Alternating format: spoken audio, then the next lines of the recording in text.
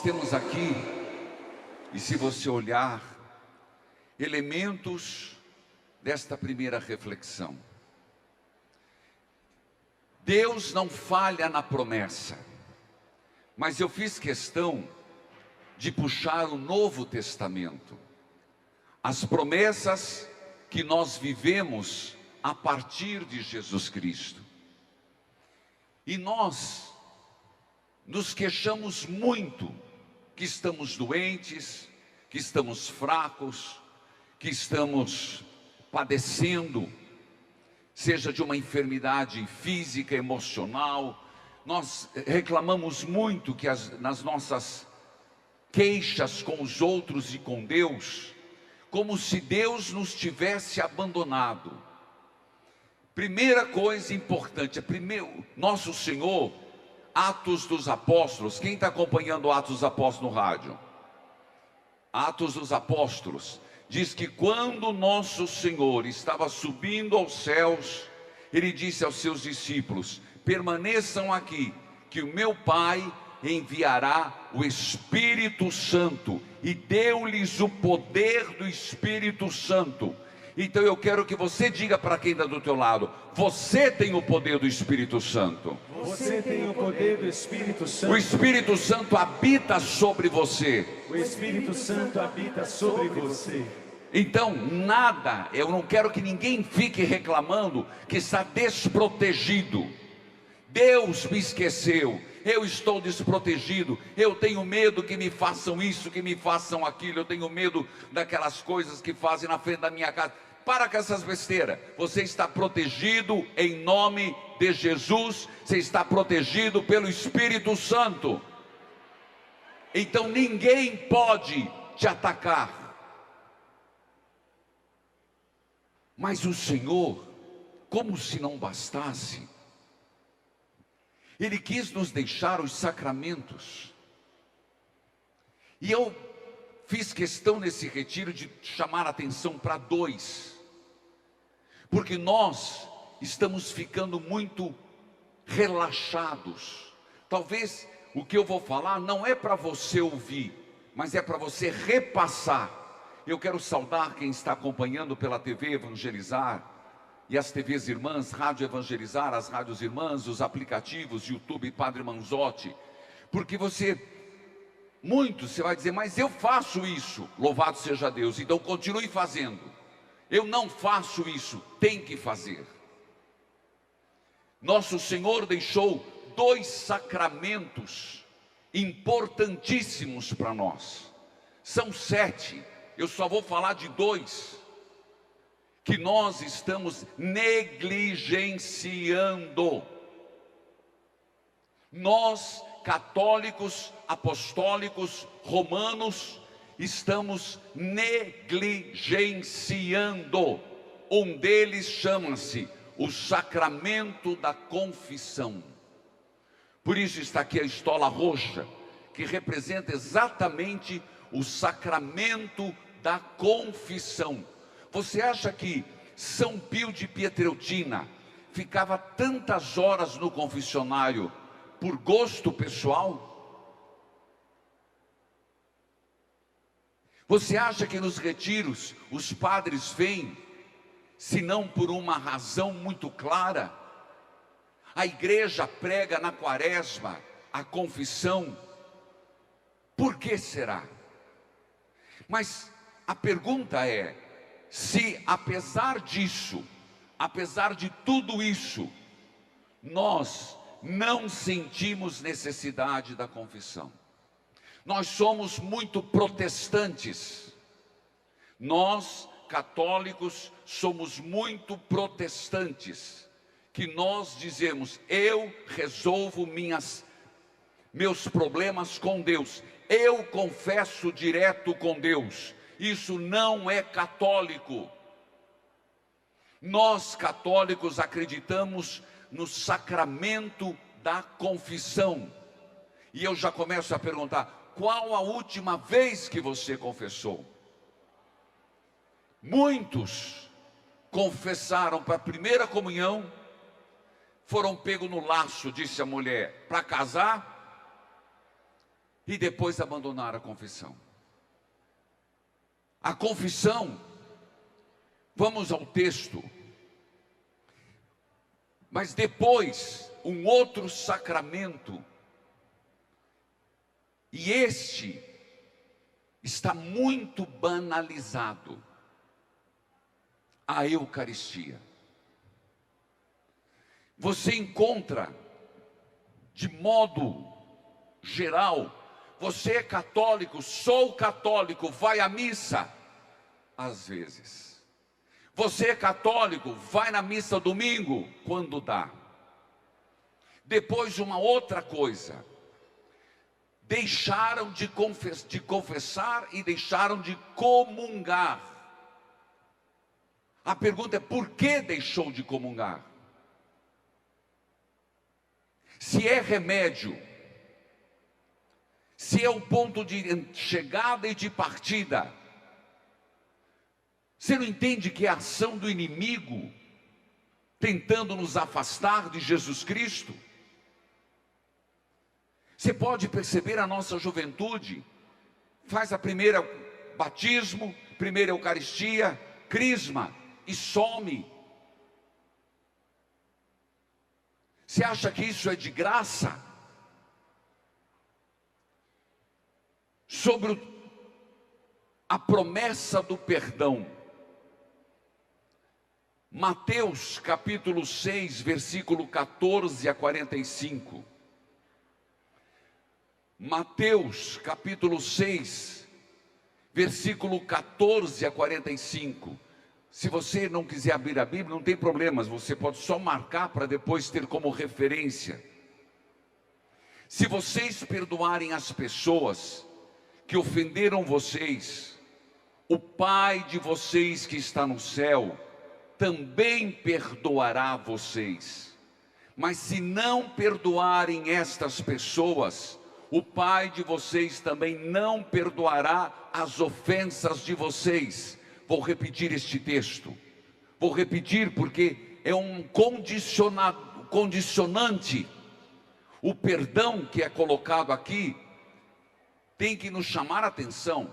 Se vocês perdoarem as pessoas que ofenderam, o Pai de vocês que está no céu também perdoará vocês. Mas se não perdoarem estas pessoas, o Pai de vocês não perdoará as ofensas de vocês. Isto é promessa. Deus não falha nas promessas. Nós estamos no Novo Testamento. Eu não toquei quase no Antigo Testamento, porque nós somos frutos de um olhar pós-ressurreição. Perdoar. É tão importante esse tema que Jesus colocou dentro do Pai Nosso: perdoai as nossas ofensas, assim como nós perdoamos a quem nos tem ofendido. Perdoai as nossas ofensas, assim como nós perdoamos a quem nos tem ofendido. Ora, nós falamos isso toda a missa. Quem reza o terço, pelo menos 5 vezes. É uma promessa. Deus promete perdoar aqueles que perdoam. Você acha que está na nossa natureza sermos vingativos? O ser humano não foi feito para ser vingativo. Quando Caim e Abel, os primeiros irmãos, foi contra a natureza matar o irmão. Não é na natureza a gente querer o mal do outro. Isso é fruto do pecado original em nós. Quando alguém nos faz o mal, é natural que a gente sinta que nos machuque. Tinha aqui os espinhos ontem. E como é difícil conviver entre espinhos e achar razão para viver entre espinhos. Mas a questão de perdoar não é uma opção, é um mandamento. Quantas vezes devo perdoar? 7 vezes? 70 vezes 7. E eu começo a perguntar: você é uma pessoa que tem dificuldade do perdão? Não precisa me responder. Tem dificuldade de perdoar, de se libertar das mágoas? Sua família é uma família rancorosa? Sua família tem um pezinho na vingança, onde irmãos não conversam? Isso vai passando, irmãos não se falam, irmãos não sentam na mesma mesa. O pai morreu longe, a mãe morreu longe, os irmãos não se davam e não se dão, mal se falam por telefone. Esse é fruto do pecado original agindo em nós. Se nós falamos pecado de gerações, não é que, quando nós falamos o pecado de geração, não é que um peca e o outro paga. Não é isso. São Boaventura de Copemburgo já explicou. O pecado de geração não quer dizer que você pecou e eu vou pagar seu pecado. O pai peca, o filho paga. Não. Mas quer dizer que uma família onde não se exercita o perdão e se cresce vendo irmãos se degladiando, irmãos que, se pudesse, arrancava a cabeça um do outro, repete-se o mesmo gesto na família. Esse é o pecado da geração, e é isso que eu quero que você diga: basta na minha família, chega na minha vida. Eu não quero continuar assim. Eu não quero ser uma pessoa rancorosa. Eu não quero ser uma pessoa vingativa. Eu não quero ser uma pessoa que deseja o mal para os outros. Nós temos muito medo da inveja dos outros, mas temos que ter medo da nossa inveja dos outros. O perdão, ele é fundamental, porque ele está estritamente ligado à Eucaristia. Adverte que, se não tivermos capacidade de perdoar, não espere o perdão divino. E o não perdão é um obstáculo para a graça de uma oração. Escute, escreva isso. O não perdão é um obstáculo para a graça de Deus na nossa vida. Se você estiver para fazer um sacrifício diante do Senhor e lembrar que teu irmão tem algo contra ti, deixa aquilo, vai reconciliar-te com ele e volta. Se muitos dos nossos pedidos, eu rezo, Padre, eu peço, Padre, eu rezo, eu faço jejum, eu faço tanto, me esforço tanto, e essa graça não vem, será que não valeria a pena pensar que está faltando um confessionário? Realmente uma contrição dos seus pecados. Contrição quer dizer arrependimento, e não atrição por medo. Não devemos procurar o perdão com Deus medo do inferno, mas por fruto do amor. Deus é tão bom que eu quero viver com Ele. Confissão.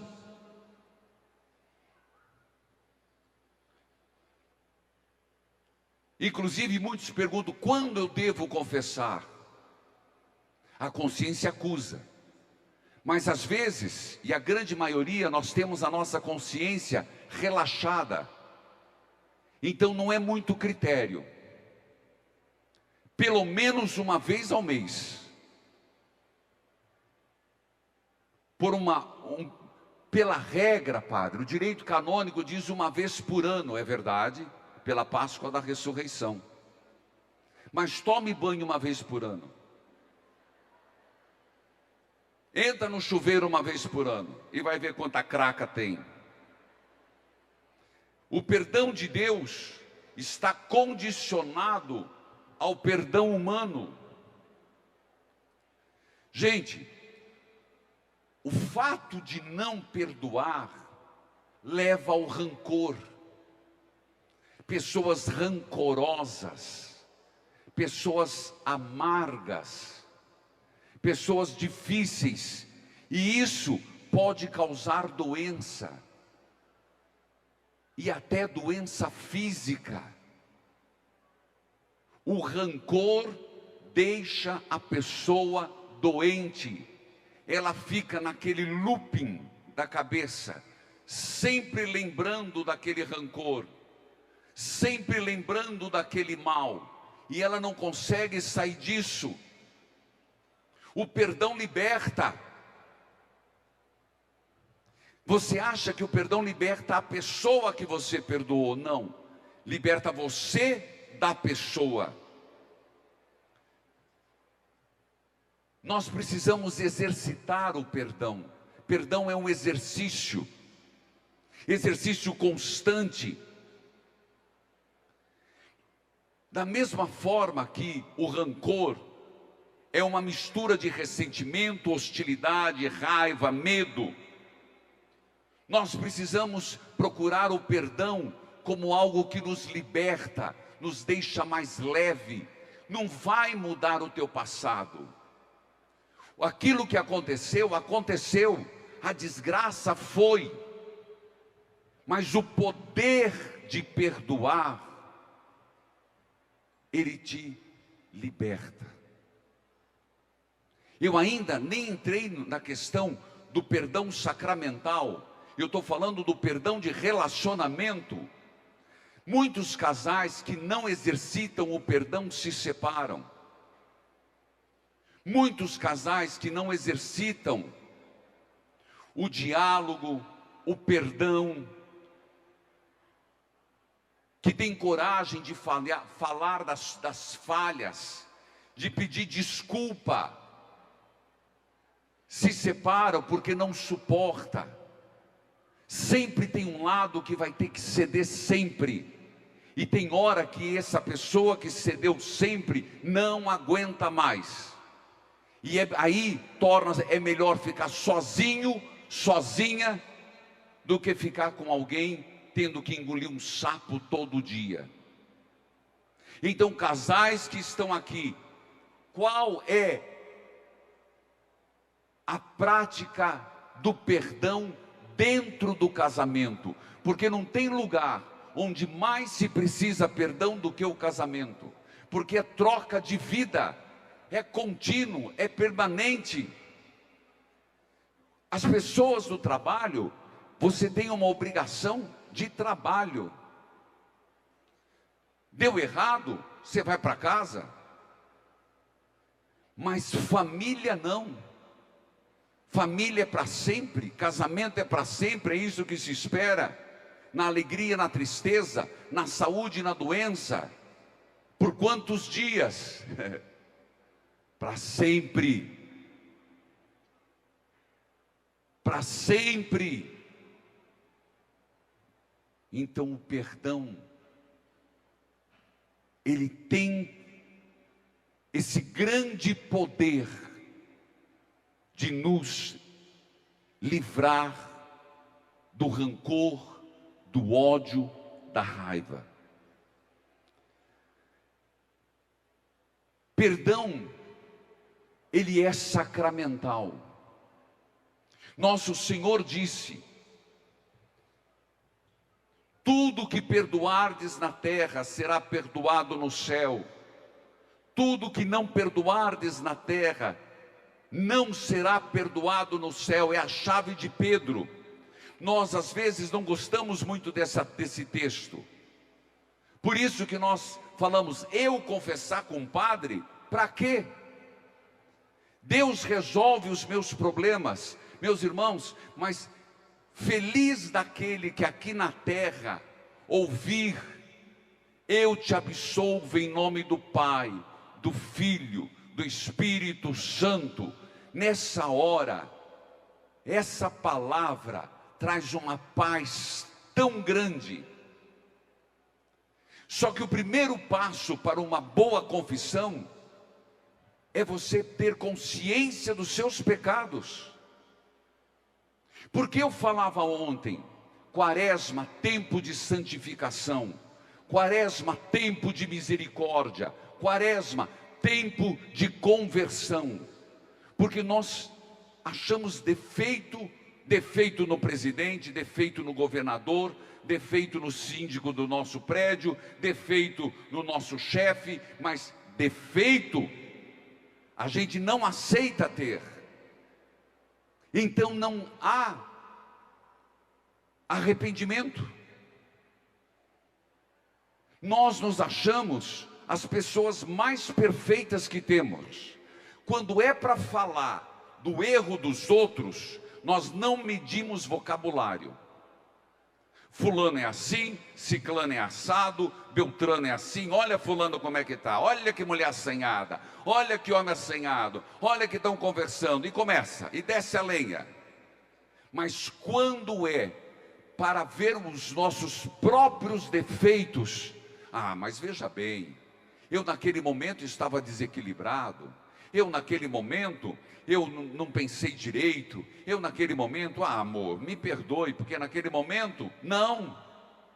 Ter a coragem de dizer, eu errei, eu falhei, eu fui estúpido, naquele momento eu agi por ignorância, ou agi por ciúme. Para uma boa confissão, um bom exame de consciência. Mas nós não damos espaço. Chegamos na igreja atrasados. O padre já fez o sinal da cruz. Já a cantoria já começou. Não se procura chegar antes. E quando chega, sempre tem uma maritaca dentro da igreja que fica conversando. Sempre tem uma pessoa que não... Meu Deus do céu. Eu acho que vive tão sozinho dentro de casa, que quando vai na igreja precisa botar a conversa em dia. Pelo amor de Deus, gente. Tem hora que dá vontade de falar, cala a boca! Porque eu não sei porque tanta conversa dentro da igreja.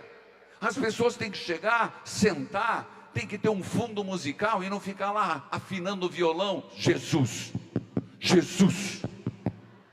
Ridículo, ridículo. A pessoa tem que sentar e ela tem que entrar em sintonia com Deus. Igreja é lugar silêncio, onde a pessoa vai para fazer o seu exame de consciência. Vai na capela encontrar silêncio. Não é porque o padre é chato ou porque o padre é bravo. Onde você vai ter espaço para fazer o seu exame de consciência? Sim, à noite. Mas com a televisão ligada você não faz. Exame de consciência com o celular você não faz. Porque o TikTok dá informação mais rápido. Qual é o momento que você reserva de oração pessoal com Deus? É uma pergunta muito válida. Um padre foi se questionar com Madre Teresa de Calcutá, e ele dizendo que estava passando por uma crise, e esperava que ela fosse fazer um grande discurso. A única pergunta que ela fez e insistiu, e ele voltou meio decepcionado para casa, foi: quanto você reza sozinho com Deus? Ele falou: Keima, você reza há quanto tempo? Eu rezo missa, eu rezo as laudes, eu rezo. Eu não perguntei isso, isso é tua obrigação? Qual o teu momento de oração pessoal? A pergunta eu faço a mesma agora. Mas padre, para vocês padre, está tudo fácil. Mas eu sou pai de família, eu sou mãe de família, eu tenho obrigações, eu sou professor, eu sou médico, eu sou médica, eu tenho meu dia é muito corrido. Qual o momento de oração pessoal que você tem com Deus? Não tem como abrir mão disso. Porque o inimigo é isso que ele quer, De 5 minutos, 4. De 4, 3. De 2, 1 e depois nada. É uma investida contínua. Uma visita ao Santíssimo Sacramento nos leva a ter consciência dos nossos pecados. A leitura orante nos leva à consciência dos nossos pecados. Não é por acaso que há uns anos atrás o Papa começou fazendo a oração: dai-nos, Senhor, consciência dos nossos pecados. O Papa que nós vimos ontem no vídeo agradecendo e pedindo orações: dai-nos, Senhor, consciência dos nossos pecados. Quando nós pedimos: Senhor, dai-me a graça de uma santa quaresma. A quaresma já é santa, mas é que ela seja santa para mim. Dai-me consciência dos meus pecados. Porque se eu não tiver consciência, eu não tenho a segunda parte: arrependimento. Se não tiver arrependimento, não tem perdão. Nós estamos, sinceramente, nós estamos desfazendo de um grande remédio que Deus nos deu. Se nós soubéssemos o valor de uma confissão, nós não ficaríamos tanto tempo sem confessar. É remédio, é instrumento de paz, é antibiótico dos mais fortes possíveis. É antibiótico, sim. Que quando você está doente, você precisa ser curado. Geralmente a gente pensa em muitas outras coisas. Eu até diria: vou visitar o Santíssimo, está ótimo. Vou rezar o terço, legal. Eu vou na missa, legal. Mas posso lhe dar um conselho? Vá na confissão primeiro. Primeiro passo é a confissão. Primeiro passo para uma volta é o confessionário. Não é assim quando você está doente? Você não vai no consultório do médico. Não é o médico que prescreve o remédio? Ou não é isso que se pede para que ninguém se automedique? Ah, o que o médico deu para você? Deu fluoxetina. Eu também vou tomar fluoxetina. Deu Rivotril. Eu também vou tomar Rivotril. É um tal de passar receita para o outro e automedicação, que é uma coisa de louco. Cuidado, né? Às vezes pomada para hemorroida é só para hemorroida.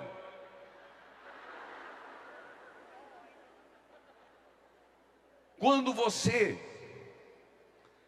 vai começar a fazer esse processo de cura, eu estou lhe dando uma receita. Comece pela confissão. Eu disse exame de consciência. Você pode fazer toda noite. Você pode pegar os 10 mandamentos para fazer o seu exame de consciência. Você pode pegar a leitura do Pai de Misericórdia, que vai ser daqui uns dias, do Evangelho. Você pode pegar um outro texto bíblico dos frutos do Espírito. Estou falando várias coisas. Você pode pegar o catecismo da igreja, várias coisas que podem te ajudar a tomar consciência. Mas se arrepender.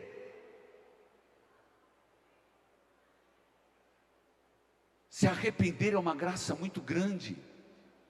Eu me arrependo de ter pecado. Tanto que na hora da confissão, o padre escuta e diz: faça seu ato de contrição. Tem gente que o cabelo vai dizer: eu não lembro mais. Mas na verdade é coisa muito simples. Meu Deus, eu me arrependo de todo o coração de vos ter ofendido, e prometo com a vossa graça nunca mais pecar. Meu Jesus, misericórdia. Eu falei o mais simples de todos, mas na verdade é um ato de arrependimento. Não adianta nada, volto a dizer, traiu, perdoa a primeira vez. Eu te juro de pé junto, nunca mais. Vem a segunda. eu me ajoelho, eu faço isso, eu faço aquilo, nunca mais. Não houve arrependimento. Eu sempre falo, uma coisa é arrependimento, outra coisa é o peso da consciência de ter sido pego. Tem muita gente que diz que se arrependeu porque foi pego. Se não tivesse sido pego, tinha continuado a prostituição. Só se arrepende porque ou nasceu um filho fora do casamento, ou porque deu alguma coisa errada que saiu no Instagram, ou alguém que denunciou. Isso não é arrependimento. Isso é flagrante. Para mim isso nem é motivo de continuar. Filhos, arrepender-se significa emendar-se. Arrepender é você ser diferente, buscar ser diferente, o arrependimento sincero, renovação interior. Emendar-se quer dizer ser refeito pelo Senhor. Lembra do barro que Jesus fez para curar o cego? Foi proposital aquele texto. Deixar-se de novo mexer como barro. Depois é buscar aquela cura interior e uma renovação interior de sua vida. Você vai dizer, mas eu sozinho não consigo. Aí sim, os anjos, os santos nos ajudam. Aí sim, para o arrependimento, uma visita no Santíssimo nos ajuda. Depois, procurar o sacerdote. Eu vou insistir. Eu sei, tem coisas que você escuta de padres, que você fala, meu Deus, que coisa horrível, que vergonha. Mas eu diria, é uma chaga. A igreja tem suas chagas, os sacerdotes têm suas chagas, mas não é a maioria. Quem instituiu o sacerdócio foi Jesus Cristo. E não esqueça que ele lavou os pés dos 12, dentre eles Judas Iscariotes. E o Senhor sabia que o trairia. Então, quando você procurar um sacerdote, você não está procurando o João, você não está procurando o Reginaldo, você não está procurando o José, você não está procurando o Nilton, você está procurando aquele que age na pessoa do Cristo. Então para com essa ideia, eu não confesso com homem nenhum, eu confesso com Deus. Porque naquele momento, em persona Christi, na pessoa de Cristo, o Padre diz, eu te absolvo, em nome do Pai, do Filho e do Espírito Santo. Eu sempre achava, no meu curso de teologia, que o padre devia dizer, em nome de Jesus eu te absolvo. Eu achava muita pretensão,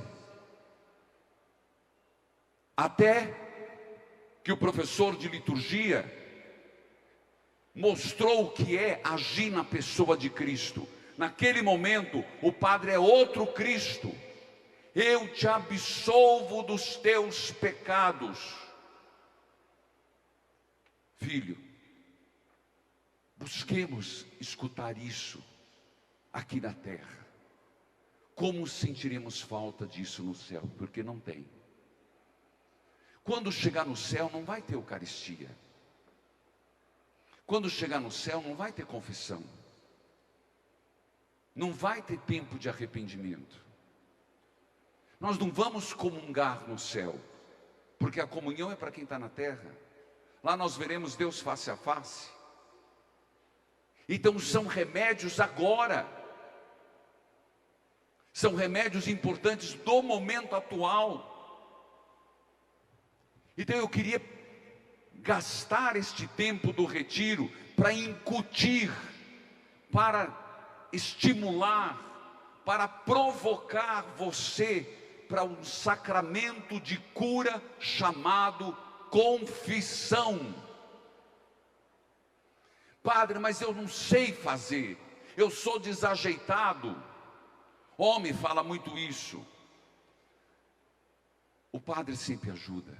Não existe fórmula, não existe nada que dá errado. É uma conversa, é um processo de cura interior, é um processo de renovação. Então eu quero imaginar que os padres hoje vão estar muito mais solicitados do que ontem. Exatamente porque você vai sair daqui confessado. Nós estamos falando do ano da indulgência do jubileu, que nós podemos obter para os vivos e para os mortos. Eu não vou entrar nesse mérito, porque senão a gente vai longe demais. Mas nós podemos aliviar as penas. A culpa é pessoal, a pena é a consequência do pecado. E através das nossas indulgências, comungar, confessar, comungar, visitar uma igreja jubilanda, do jubileu, nós podemos abreviar as penas daqueles que morreram, das pessoas que já partiram desta vida. O Papa permitiu isso este ano. Não precisa ir para Roma, eu vou para Roma. Como eu disse, é uma das peregrinações. Mas na sua cidade, com certeza tem igrejas. Tem ou não tem? São remédios. E a gente diz, que balela. Que conversa, pai boi dormir. Isso é coisa de padre, de freira que não tem o que fazer. E o amor que você tinha para a pessoa que partiu? E o amor que você tinha com a pessoa que foi? Como diz Santo Ambrósio, rezar, rezar, rezar. Nós não temos consciência da grande importância do sacramento da reconciliação. Pela penitência, pela confissão, nós recuperamos a graça. Deus às vezes está disposto a nos dar a graça, mas nós colocamos um obstáculo na graça de Deus. O problema não está em Deus, está no receptáculo, em mim. Eu repito, muitas das graças que não recebemos, não é porque Deus não as dá, é porque eu não estou na sintonia para receber. E a gente reclama, Deus não me escuta. Ele fala, eu já escutei e já mandei. Você só não pegou, meu filho. Você desprezou a graça. Pela confissão se faz a reconciliação com a igreja. A remissão eterna dos pecados mortais. Vamos falar dos pecados, que ninguém mais quer falar de pecado. Ultimamente escutei um padre dizendo assim, tem que parar de falar em pecado, porque isso é coisa que não ajuda em nada. Meus irmãos, nós temos sim pecados mortais. Pecados mortais que são aqueles que rompe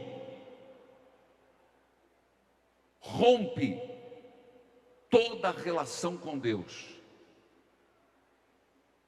Existem pecados graves e pecados veniais. Fique de pé, cante para eles um pouco, cante com eles. Acorda, gente, vai, eu sei que essa hora dá uma batida. Vai lá, um canto animado. Canta. Hoje é tempo de louvar a Isso. Deus. Hoje é tempo. Hoje é tempo de louvar a Deus. Em nós agora habita o seu Espírito. Então é só cantar. Então é só cantar e a Cristo exaltar, e sua glória encherá esse lugar. Hoje é tempo as palmas assim, lá em cima. Tchá, tchá, tchá, batendo palma bem bonito. Em nós agora habita seu Espírito. Então é só cantar e a Cristo exaltar, e sua glória encherá este lugar. A mão de um lado pro outro assim, ó.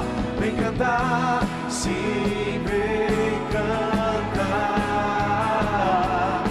Vem louvar, sim, vem louvar. Vem cantar, sim, vem cantar. Vem louvar, sim, vem. Vamos ver se o povo tá animado. É só vocês agora o refrão. Vem cantar, vem cantar. Vem cantar. Vem louvar. Vem louvar.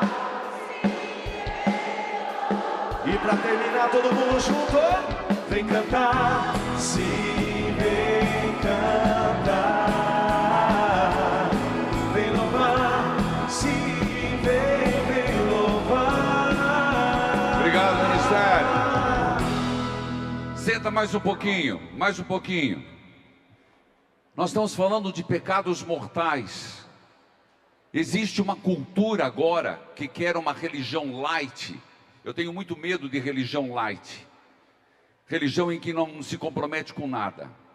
Mas o pecado mortal é aquele que gravemente você ofende a Deus e rompe com Deus. Pasmem, adultério é um pecado mortal.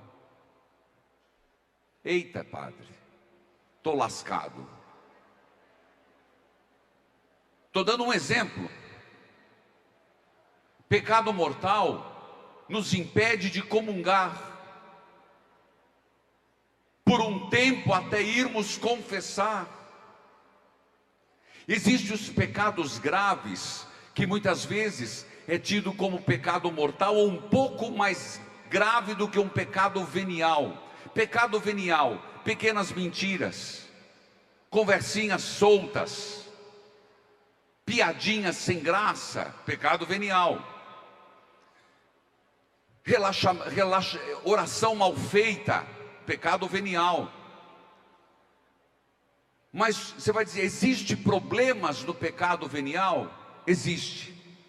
Porque todos nós, quando nós, eu e você, exercitamos para o bem, nós criamos virtudes.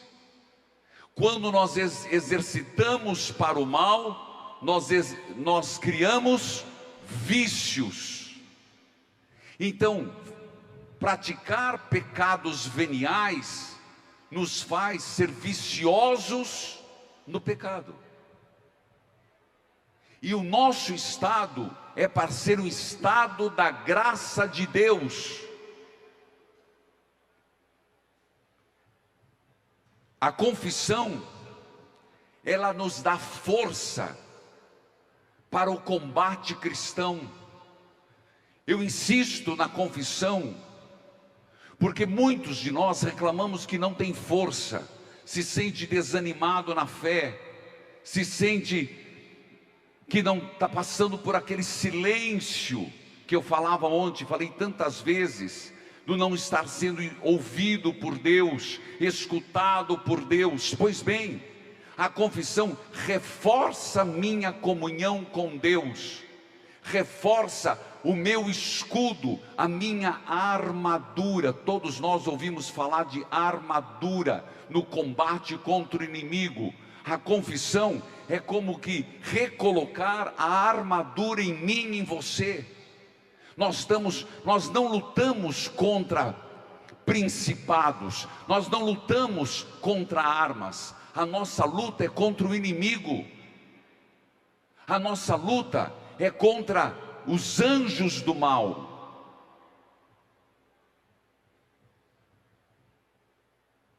Confissão é a confiança na graça de Deus, é o reconhecimento da fragilidade humana e o perdão dos pecados. Um outro remédio de grande importância, poderosíssimo efeito, a Eucaristia.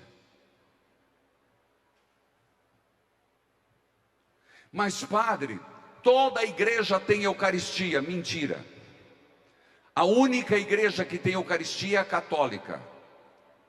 Não é verdade. Eu fui num tal igreja e tinha lá a partilha do pão. A partilha do pão, a ceia do Senhor. Mas a única igreja que acredita que Jesus é presença durante e depois é a Igreja Católica. E não é por acaso que nosso Senhor disse, na última ceia, fazei isto em memória de mim.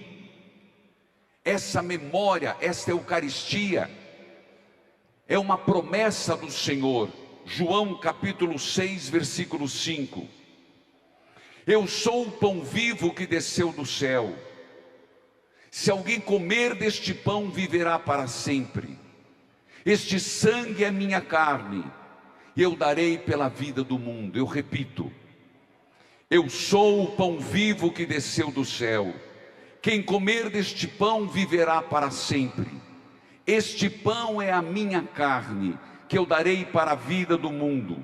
Pão vivo, alimento espiritual, é Jesus oferecido ao mundo pela nossa eternidade. É a promessa central de Jesus Cristo, quando ele disse, eu estarei convosco, eu estarei na tua paróquia, eu estarei onde na sua comunidade, eu estarei onde você precisar. Por isso que nós precisamos tanto rezar para que surjam sacerdotes. Nada contra, tem muitas religiosas no retiro, inclusive quero pedir uma salva de palmas a tantas irmãs que vieram. Obrigado pela confiança. Muitas religiosas. Sim, o diácono permanente é muito importante, mas se não tiver padre, não tem Eucaristia. Se não tiver padre, não tem eu te absolvo em nome do Pai, do Filho e do Espírito Santo. Por isso rezar pelos sacerdotes, que não falte sacerdotes na igreja, porque senão vão faltar estes dois remédios e o terceiro remédio, que é a unção dos enfermos. Que esses dias eu dei um pito numa pessoa no rádio, preocupado com tudo. Tadinha da mulher, já estava lá, já tinha incomodado o caixão da véia. Preocupado com tudo. Mas aí veio minha pergunta, chamou o padre? Esqueci.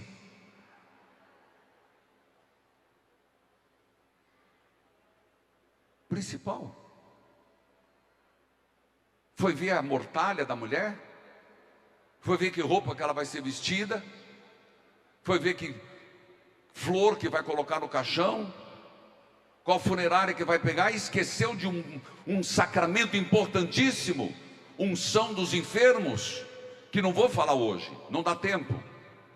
Mas quero dizer para todos que estão aqui, se tiver alguém doente dentro de casa, leve para receber unção dos enfermos. Impossibilitado, leve o padre para dar unção dos enfermos. E se você for passar por uma cirurgia grave, uma viagem longa, se sentir em necessidade, receba a unção dos enfermos, que é um remédio para Deus, de Deus, perdão. Voltemos à Eucaristia. É o corpo e o sangue. Eucaristia, a Santa Missa, que eu não posso, como cristão, dizer, hoje eu não vou porque estou com preguiça, arrumar uma desculpa para não ir. Essa desculpa não é sua, é do inimigo. Essa má vontade de ir, essa indisposição de ir, você pode ter certeza, vem do inimigo. A Eucaristia é fonte, ápice de toda a vida cristã. Participa-se do mistério de Cristo. Eucaristia é ação de graças, é a presença real, como nós chamamos, presença real, substancial de Jesus Cristo em nossa vida. Eu lanço um questionamento para aqueles que não comungam. Por que não comungam? Você tem que ter uma resposta. Eu vou chegar nesse assunto. Por que não comungam? Porque não estão em estado de graça? Cadê a confissão? Porque não pode? Aí é outro assunto que vamos chegar.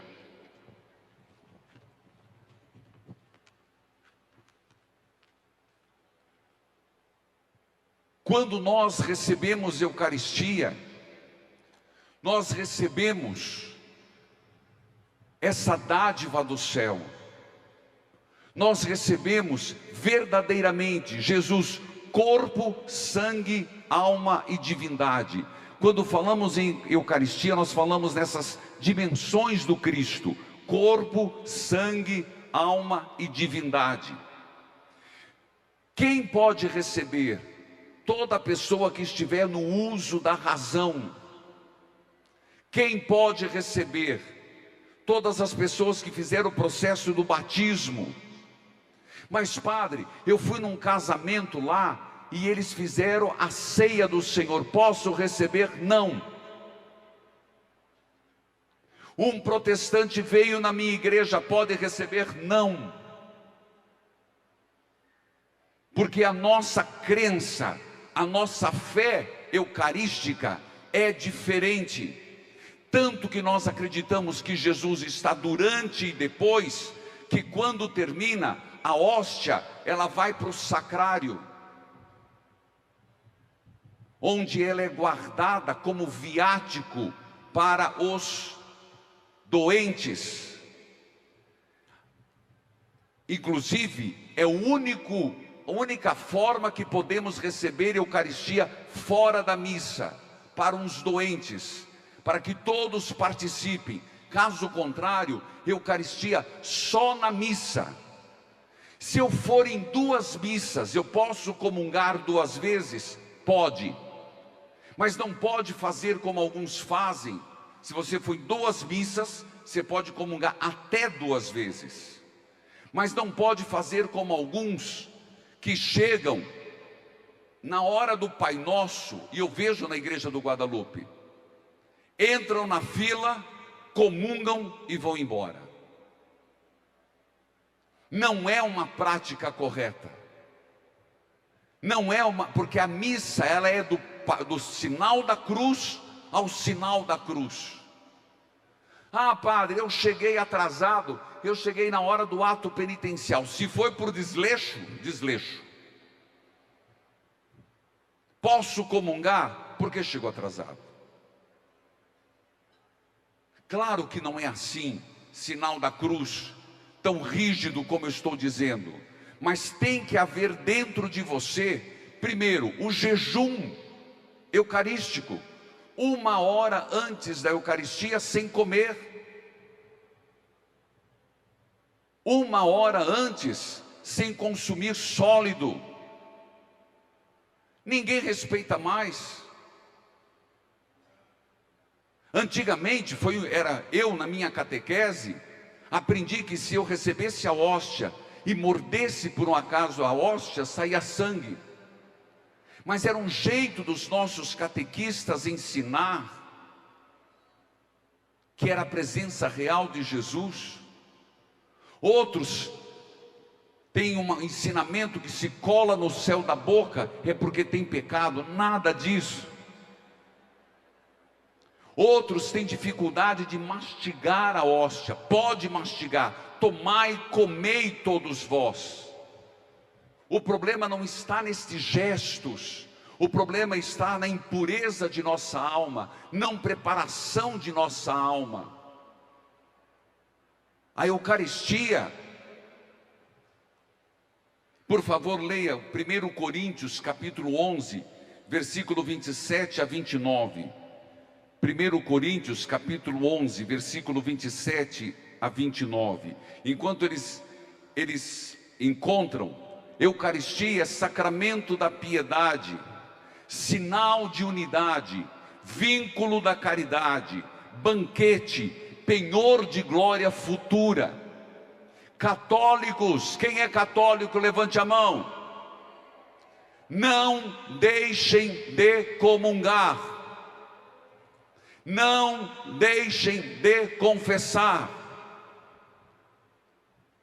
Leia o texto. Por isso, aquele que comer do pão do Senhor, ou beber do seu cálice, de modo que ofenda a honra do Senhor, estará pecando contra o corpo e o sangue do Senhor. Portanto, que cada um examine a sua consciência, e então coma do pão e beba do cálice. Pois a pessoa que comer do pão ou beber do cálice sem reconhecer que se trata do corpo do Senhor, estará sendo julgada ao comer e beber para o seu próprio castigo. Gravaram? Viram a seriedade? Viram como esses dois sacramentos, esses dois remédios, e somos só nós católicos que temos. Se eu e você não falarmos da Eucaristia, quem falará? Se eu e você não fizermos o valor da Eucaristia, quem vai proclamar? Chegou Corpus Christi, na maioria das cidades, os católicos não fazem mais procissão e os evangélicos fazem a marcha dos cristãos. Substituíram. Culpa de quem? Nossa, católicos, que preferem ficar fazendo churrasco e encher os cornos de cachaça do que ir numa procissão de Cristo. Está errado. Agora é moda. Corpus Christi, eles estão tentando deixar o lado de Corpus Christi para fazer a caminhada dos evangélicos. Bonito para nós, quando Jesus disse: tomai, comei, tomai, bebei. Católicos, não deixem de comungar por qualquer coisa. Primeira eficácia, primeiro ponto que você ganha quando você comunga: união com Cristo. União com Cristo. Quem comer da minha carne e beber do meu sangue, permanece em mim e eu nele. Só por isso já seria o suficiente. São Pio dizia que se o mundo soubesse o valor da Eucaristia, tinha que colocar policiais na porta da igreja, de tanta gente que queria entrar. Então, se as igrejas estão vazias, é porque não sabe o valor da Eucaristia. Por qualquer motivo, você larga o domingo e não vai na missa, não vai na sua comunidade. Primeiro ponto, união com Cristo. Permanecer em Cristo. Segundo, remissão dos pecados veniais. Gente, vamos pensar em academia. Uma pessoa que vai lá e treina, ela treina braço, ela vai ficando com o braço forte, mas ela teve que treinar, ela teve que levantar peso. Todo mundo sabe que agora na terceira idade, por amor de Deus, não pare de ganhar músculo, porque as pernas é a tua liberdade. Vocês sabem disso, não preciso eu ficar falando. Na vida espiritual é a mesma coisa. Se você deixa de receber Jesus, você fica alvo fácil. Como que um pai pode exigir que um filho vá fazer primeira comunhão, se nunca o filho viu o pai comungar? Como que vai criar essa cultura religiosa? Remissão dos pecados veniais, aversão aos pecados mortais. Gente, na nossa vida tem coisas que a gente se inclina. Existe uma inclinação para o mal. O pecado original dentro de nós, existe uma inclinação para o mal. É como a Torre de Pisa, ela está inclinada para um lado. Eu diria que nós temos uma inclinação para as coisas erradas. Nós temos que fazer de tudo para ter um contraponto, para puxar para as coisas do bem. Não sei se eu me fiz entender. No seu trabalho, eu não estou dizendo que você é uma pessoa ruim, mas nós temos uma tendência, o pecado original nos tende para o mal. Eu preciso daquele sacramento da confissão, eu preciso da Eucaristia, para que a torre de Pisa não caia e ela fique de pé. Por isso que nós temos os exercícios espirituais. A Eucaristia, ela nos dá aversão ao pecado mortal. Gente, não sei se você tem coisas que você tem aversão. Por exemplo, filme de terror, eu tenho aversão, não gosto. Filme onde tem muita violência, não me faz bem, eu não gosto. Eu já mudo. Se nós estamos em Cristo, nós começamos a ter aversão ao pecado, naturalmente. Eu estou falando para pessoas que são de igreja. Eu estou fazendo essa palestra não para pessoas que estão se convertendo ao cristianismo. Estou falando para pessoas que são de caminhada. Quando você se afasta de Deus, você começa a ficar simpático ao pecado, simpático às coisas erradas. Porque o pecado, Santo Agostinho diz, vicia. O primeiro pecado, você fica com rubor, depois você perde. Compromisso com os pobres. A Eucaristia nos dá esse compromisso com os pobres. Mas alguém podia se perguntar: eu não posso comungar. Só quem recebe a Eucaristia vai para o céu? Eu vou responder. A Eucaristia é sim o sacramento dos sacramentos. Ela é um meio privilegiado para o céu, mas não é o único meio. Talvez isso você precise explicar para quem está em segundas núpcias. Talvez isso você precise explicar para a pessoa não se sentir excluída do céu. Excluída da Eucaristia, sim. Excluída da Eucaristia, sim. Mas não excluída do céu. A Eucaristia é um modo privilegiado de chegar ao céu. É presença real de Jesus, mas não é a única forma. Existem outros caminhos: arrependimento, caridade.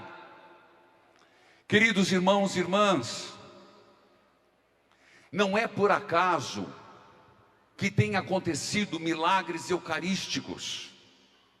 Eu dizia ontem, Nossa Senhora tem aparecido porque tem se esquecido muitas coisas do Evangelho. Por exemplo, Nossa Senhora Aparecida, Nossa Senhora de Fátima, Nossa Senhora de Lourdes, Medjugorje, Carmo, se você pegar o denominador comum de todas essas aparições, exatamente é lembrar partes do próprio Cristo, do Evangelho. Agora, eu estive nos milagres eucarísticos em Lanciano. Aconteceu no ano de 750. Fiquei muito triste porque cheguei lá e eu vi uma igreja empoeirada. Eu vi uma igreja sem brilho. Quem estava comigo não sei. Tinha até teia de aranha aonde estava a custódia. Mas que milagre inexplicável! O milagre de Lanciano. 12 séculos. Vários exames foram feitos sobre aquele pedaço de carne que é pedaço de pão que é carne, pedaço de parte de vinho que é sangue. E foi constatado que aquele milagre de Lanciano até hoje é carne milagrosa. É verdadeiramente carne do músculo do miocárdio. Foi entregue para médicos, para pessoas analisarem aquele milagre, e foi constatado que o sangue milagroso que está naquela custódia é verdadeiramente sangue. Você acha que Deus permitiu isso por quê? Porque Ele precisava? Não. Para ser sinal para mim e para você. O estudo imunológico fala que é um sangue AB, que pertence ao homem do santo sudário, próprio das características dos homens do Médio Oriente.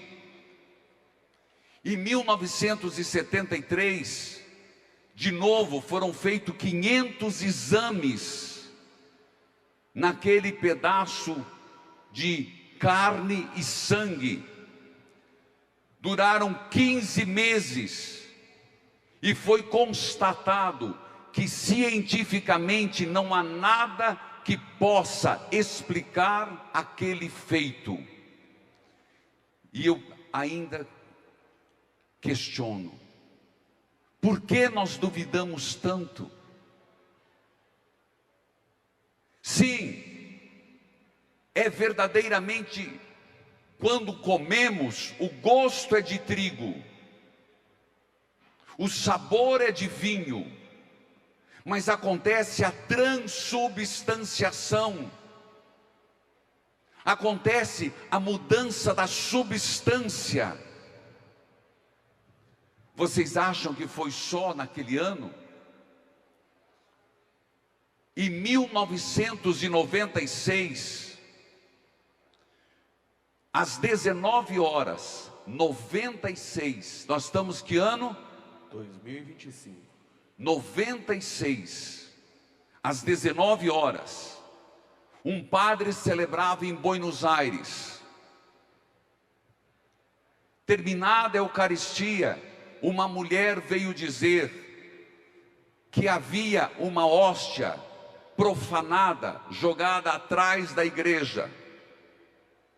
O que é costume fazer, todos os ministros da Eucaristia sabem, é você pegar um recipiente com água e colocar para que a forma de hóstia se desfaça, para depois poder colocar num vaso de flor ou algo assim.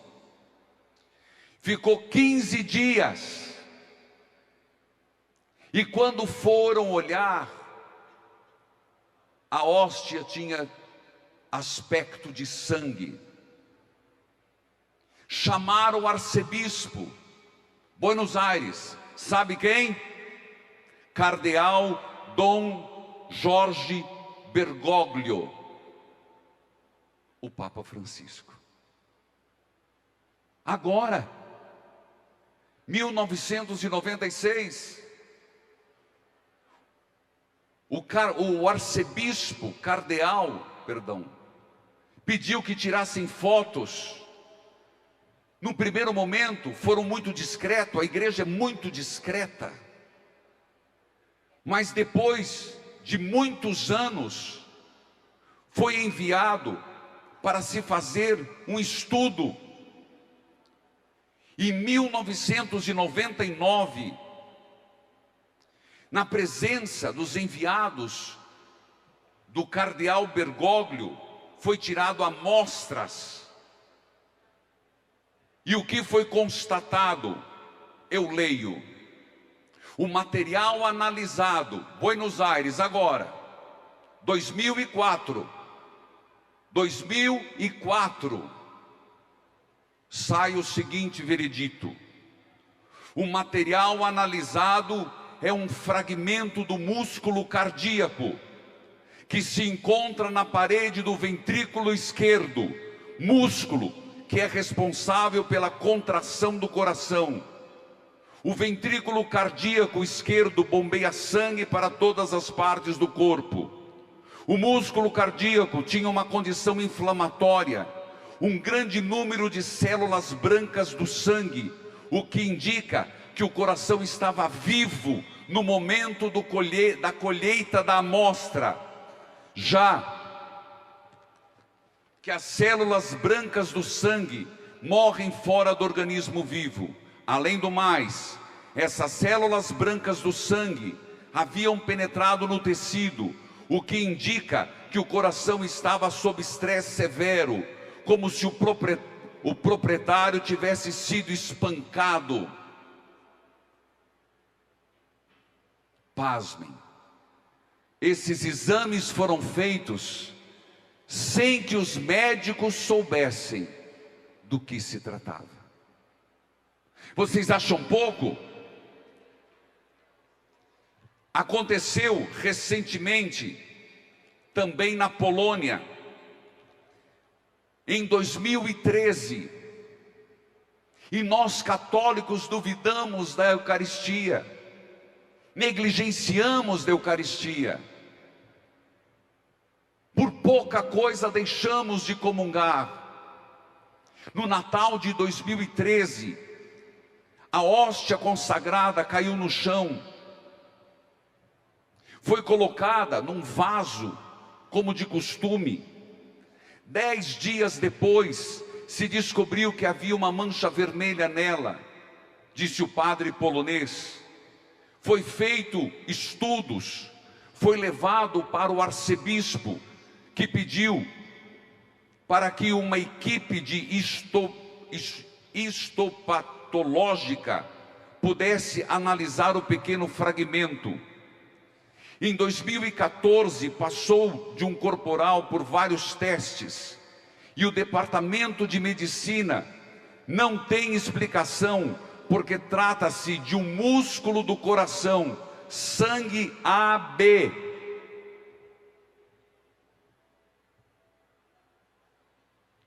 E determinaram que a origem é de alguém que estava em sinais de extremo sofrimento. A Santa Sé reconheceu e pediu que esse milagre eucarístico fosse colocado para ser venerado em 2016, na Polônia. Irmãos e irmãs, eu falo dessas coisas porque eu quero enfatizar aquilo que nós tanto pedimos, nós temos. Nós pedimos remédios, nós temos. Nós pedimos a presença real de Jesus, nós temos. Nós pedimos força para continuar nossa caminhada como católicos, nós temos. Nós pedimos para que o Senhor não nos abandone, Ele não nos abandona. Eu quis usar esta hora e pouco que eu já estourei, para dizer o que é óbvio. Aquilo que é óbvio para mim e para você, e nós esquecemos. Até padres estão em crise de confissão. Até padres estão em crise de Eucaristia. E isso não é de Deus. Isso tem um nome: o antirreino, o inimigo. Então, por favor, vocês que vieram para o retiro, homens, mulheres, se você sair daqui convencido da importância da confissão mensal e de pelo menos a comunhão semanal, eu me darei por contente na Eucaristia, desse retiro. Se você sair daqui sabendo que a promessa de Jesus, eu não vos deixarei só, eu estarei convosco todos os dias da minha vida, até o fim do mundo, Ele cumpriu, Ele cumpre. As promessas, Deus não falha. Fique de pé, por favor. E nós vamos pedir a Deus que nos ilumine, que nos abençoe, que nos santifique. Nós vamos clamar a Deus neste momento,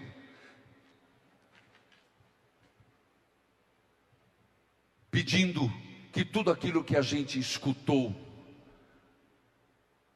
que pelo poder das santas chagas de Jesus, Senhor das santas chagas, nós possamos sentir derramar em nossa vida, que nós possamos nos abrir para a graça da conversão. E hoje eu tenho certeza que o céu ficará muito feliz, porque muitas pessoas que há muitos anos não confessaram, vão procurar a fila. Hoje muitas pessoas que pararam de comungar sem motivo, vão voltar a comungar. E é isso que você vai levar para a tua casa, é isso que você vai levar para a tua vida. Senhor, Senhor das santas chagas, sois o meu Deus, Salvador e Salvador. Creio sem ter visto, creio sem ter visto, mas confirmai a minha fé. Sei que uma gota do teu sangue, sei que uma gota do teu sangue redentor pode fazer o milagre, pode fazer o milagre acontecer, meu Senhor. Basta uma gota, basta uma, e eu serei curado. basta uma gota do teu sangue, e eu serei libertado das tuas santas chagas vem a vitória. Basta uma gota do teu sangue, Peça. e eu serei curado. Basta uma gota do teu sangue, Eu serei libertado das tuas santas chagas vem a vitória.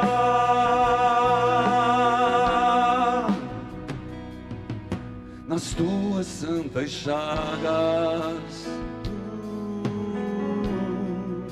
nas tuas santas chagas, entrego minhas angústias, nas tuas santas chagas, entrego os meus problemas, nas tuas santas chagas, entrego os doentes, nas tuas santas chagas, entrego nossos jovens, nas tuas santas chagas, entrego os sacerdotes. nas tuas santas chagas. O que você quer entregar nas chagas de Jesus? Pense alguns nomes que você quer entregar no nome, nas chagas de Jesus. Pessoas que falaram: você vai lá, reze por mim, suplique por mim. Nas tuas santas chagas, Jesus, Nas tuas santas chagas, eu entrego esta situação de dor, de nas miséria. tuas santas chagas, Nas tuas santas chagas, Jesus. Aqueles que estão nos hospitais e nas enfermarias. Nas tuas santas chagas, aqueles que estão sobrevivendo. Nas tuas santas chagas, aqueles que estão necessitando do remédio, da confissão. Daqueles que estão querendo voltar para a igreja. Aqueles que estão distantes da Eucaristia. Daqueles que foram criados na igreja e hoje se apartaram da igreja, que não encontram mais sentido para nada. Aqueles que a família está separada de Deus. nas tuas santas chagas entrego a minha vida e proclamarei a tua vitória. Basta uma gota do teu sangue e eu serei curado. Basta uma gota do teu sangue e eu serei libertado. nas tuas santas chagas. Vem a vitória. Vem a vitória. Uma salva de palmas para Jesus. Viva a Eucaristia! Viva! Viva a confissão! Viva!